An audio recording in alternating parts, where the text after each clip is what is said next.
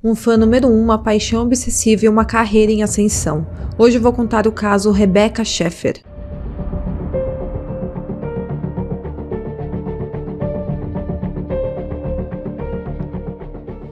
Olá pessoal, eu sou a Giovana e esse é o canal Caixa de Pandora.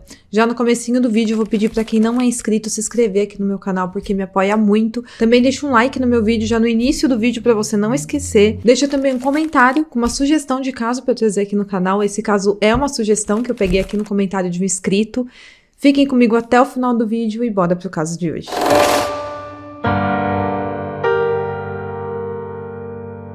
Rebecca Lucille Schaeffer nasceu dia 6 de novembro de 1967 na cidade de Eugene, em Oregon, nos Estados Unidos, onde foi criada até a sua adolescência. Ela era filha única de uma família judia e seu pai, chamado Benson, era um psicólogo infantil e a sua mãe, chamada Dana, era uma escritora. É dito que desde pequena ela sempre teve interesse em moda e em artes cênicas.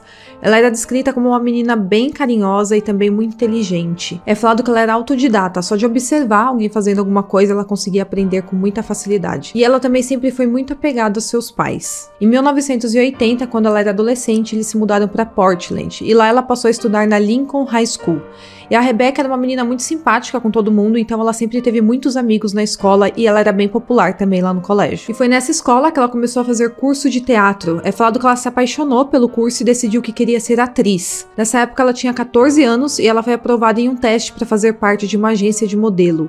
E ela começou a fazer trabalhos de modelo fotográfica e também de passarela. Ela começou a aparecer bastante em catálogos de lojas de roupa lá de Portland. E aos 16 anos de idade ela decidiu que era hora dela tentar sua independência financeira e pessoal. E aí ela convenceu os pais dela de deixar ela se mudar sozinha para Nova York, para tentar alavancar sua carreira de modelo e de atriz. Então em 1984 ela tinha 16 anos e passou a viver lá em Nova York sozinha. Lá ela encontrou várias oportunidades de teste para desfiles e também iniciou um curso de teatro e se formou como atriz. Ela começou a fazer vários testes para filmes e também para séries de televisão para iniciar sua carreira de atriz. Então ela estava lutando bastante para alcançar a carreira que ela tanto almejava de atriz. E lá em Nova York ela conseguiu um papel bem rápido assim, numa novela que passava na televisão. E no mesmo ano ela conseguiu seu primeiro papel de destaque em uma outra novela chamada On Life to Live, que durou cerca de 6 meses. A Rebecca estava indo super bem na sua carreira de atriz, mas ela não queria deixar o sonho de ser modelo de passarela de lado. E então ela decidiu se mudar para o Japão em 1985 para tentar alguns trabalhos de modelo por lá. Então a ideia dela era investir um pouco na carreira de modelo, mas ela era considerada baixa demais para desfilar ou até mesmo para fotografar, então ela teve que voltar para Nova York e focar na sua carreira de atriz. Em 1986 ela atuou no seriado My Sister Sam e também conseguiu um papel no filme do Woody Allen chamado Radio Days. Por causa da série My Sister Sam, ela começou a ficar bastante conhecida e passou a ter vários fãs. E nesse mesmo ano, ela começou a ser perseguida por um fã.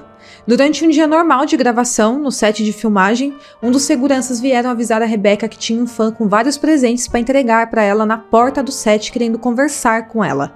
Esse fã era um homem chamado Robert John Bardo, e por segurança não deixaram ele entrar no set e ela também não foi receber ele na porta. Inicialmente ela achou que não tinha nada demais, achou que era só um fã querendo conhecer ela pessoalmente, mas mesmo assim ela achou melhor não receber ele ali. E por causa dessa série, My Sister Sam, que era transmitida nas televisões dos Estados Unidos, a Rebecca conseguiu aparecer em várias capas de revista Teen, e também em várias outras revistas bem grandes e começou a ficar bem conhecida como atriz. Nessa série ela fazia o papel de Patty, que era a irmã caçula da personagem interpretada pela Pam Dawber. Por trabalharem juntas, a Rebecca e a Pam Dawber ficaram bem amigas na vida real e passaram a morar juntas em Los Angeles. A Pam Dawber tinha perdido sua irmã mais nova, sua irmã tinha morrido, então ela meio que adotou a Rebecca como sua irmã caçula. Elas se davam super bem, era como se elas fossem da mesma família. Ainda em 1986, a Rebecca começou a namorar um estudante de cinema chamado Brad Silberling. Nessa época ela tinha 19 anos e ele tinha 23, e em 1988 eles noivaram e planejaram se casar no ano seguinte.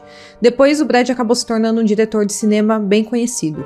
Em 1988, a série My Sister Sam acabou sendo cancelada porque começou a ter uma queda brusca de audiência. Mas nessa altura, a Rebecca já tinha ficado bem conhecida e conseguiu vários outros papéis em outros filmes.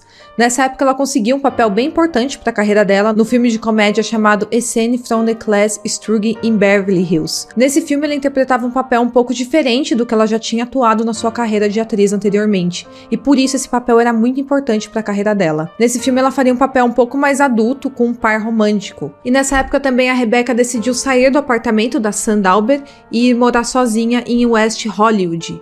E a Sandauber avisou pra ela que agora que ela tava morando sozinha em uma casa, era pra ela ter mais cuidado ainda e não colocar o nome dela e nem o sobrenome dela em uma caixa de correio para que ninguém conseguisse saber onde que ela morava. Tudo isso por uma questão de segurança, porque a Rebecca ela era conhecida, ela era uma menina nova e tava morando sozinha.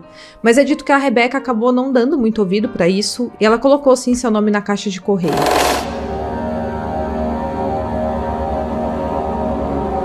Enquanto a Rebecca estava vivendo sua vida normalmente, o fã dela que eu citei anteriormente, o Robert John Bardo, nutria uma obsessão por ela, que a Rebecca nem imaginava que estava acontecendo. Ele tinha visto ela pela primeira vez na série My Sister Sun no verão de 1986. E foi quando ele começou a mandar várias cartas para elas, e uma dessas cartas a Rebecca respondeu como ela fazia para vários fãs que ela tinha. Ela também mandou uma foto dela autografada para ele. Mas depois dele receber essa resposta da Rebecca, ele achou que ela estava meio que correspondendo àquele amor doentio que ele sentia por ela. Então ele decidiu pegar um voo e ir até o estúdio de Los Angeles, onde filmavam a série para encontrar com a Rebecca. Foi aquela ocasião que eu falei que esse homem apareceu lá no set com presentes, mas ela não quis receber ele.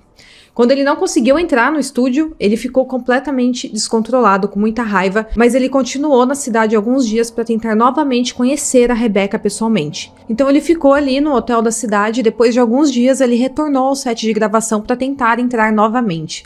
Mas novamente não deixaram ele entrar e ele chegou a ficar bem agressivo na porta desse estúdio, mas os seguranças conteram ele e mandaram ele embora. E ele continuava mandando várias cartas para Rebecca, declarando sua paixão por ela, e a Rebecca respondeu as primeiras cartas achando se tratar de um fã comum, mas começou a se assustar quando as cartas não paravam de chegar, e era sempre acompanhada de presentes e declarações com pedidos de casamento. A Rebecca então parou de responder essas cartas, mas mesmo assim ele continuava mandando essas cartas sem parar para ela.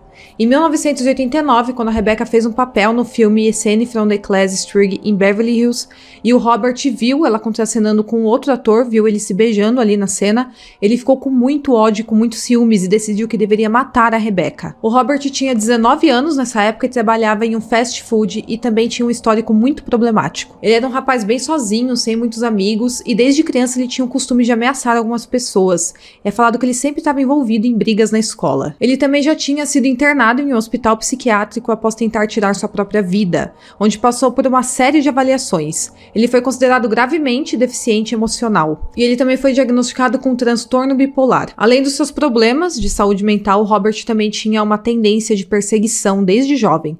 Porque aos 13 anos de idade ele roubou $140 da bolsa da mãe dele para viajar para o Maine para ir atrás da atriz Samantha Smith. Essa atriz acabou morrendo em um acidente de avião em agosto de 1985 e após isso Robert passou a ficar obcecado pela Rebecca Schaeffer. Então ele passou a escrever cartas para ela com 16 anos de idade. E aí, no dia 18 de julho de 1989, a Rebecca tinha 21 anos nessa época e o Robert tinha 19, e ela estava na casa dela esperando que alguém fosse entregar um roteiro de um filme para ela. E aí alguém bateu na porta dela e provavelmente ela pensou que era a pessoa que ela estava esperando. E aí quando ela atendeu, era um homem que ela nunca tinha visto antes, que ela não conhecia, e esse homem era o Robert John Bardo. Ele então falou para ela que era o fã número 1 dela, que gostava muito dela, que tinha recebido uma carta, levou para ela, mostrou para ela, e ela ficou ali conversando com ele por pouco tempo, mas depois ela deu uma desculpa, né, disse que teria que fazer uma outra entrevista, que estava ocupada, e aí o Robert foi embora.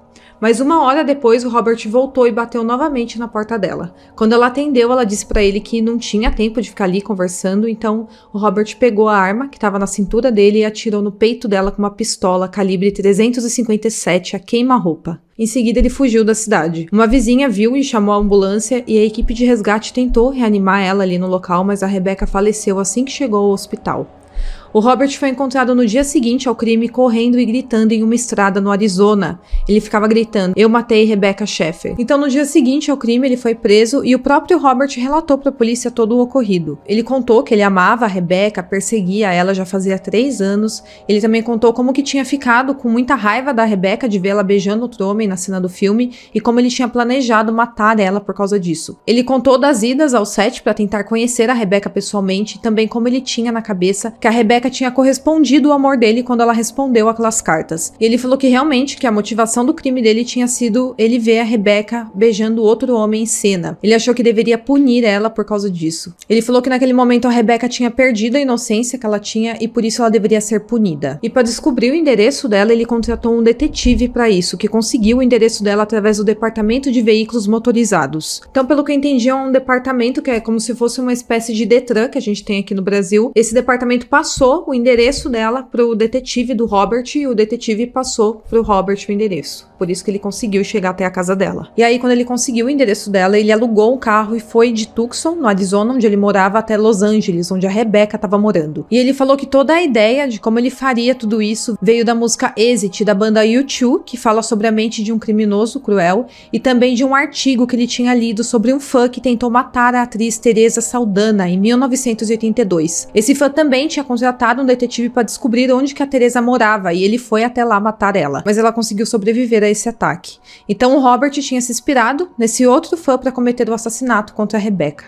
Em seu julgamento, a acusação foi feita por Marcia Clark, que é uma promotora que atuou também no caso do O.J. Simpson. Durante o julgamento, foi questionado como que o Robert tinha conseguido comprar uma arma, sendo que ele tinha um histórico de doença mental e já tinha até começado um tratamento na sua infância. Ele contou que ele tentou comprar uma arma, mas o dono da loja de armas não vendeu para o Robert por causa do histórico de transtornos mentais que ele tinha. Então o Robert convenceu o seu irmão a comprar uma arma para ele, falando que queria praticar tiro ao alvo. A defesa tentou alegar insanidade mental, mas a promotoria alegou que, na verdade, o Robert estava completamente obcecado pela Rebecca, mas que era plenamente capaz de entender seus atos. Então ele não era uma pessoa insana. Em 1991, o Robert foi condenado por assassinato em primeiro grau e sentenciado à prisão perpétua sem liberdade condicional.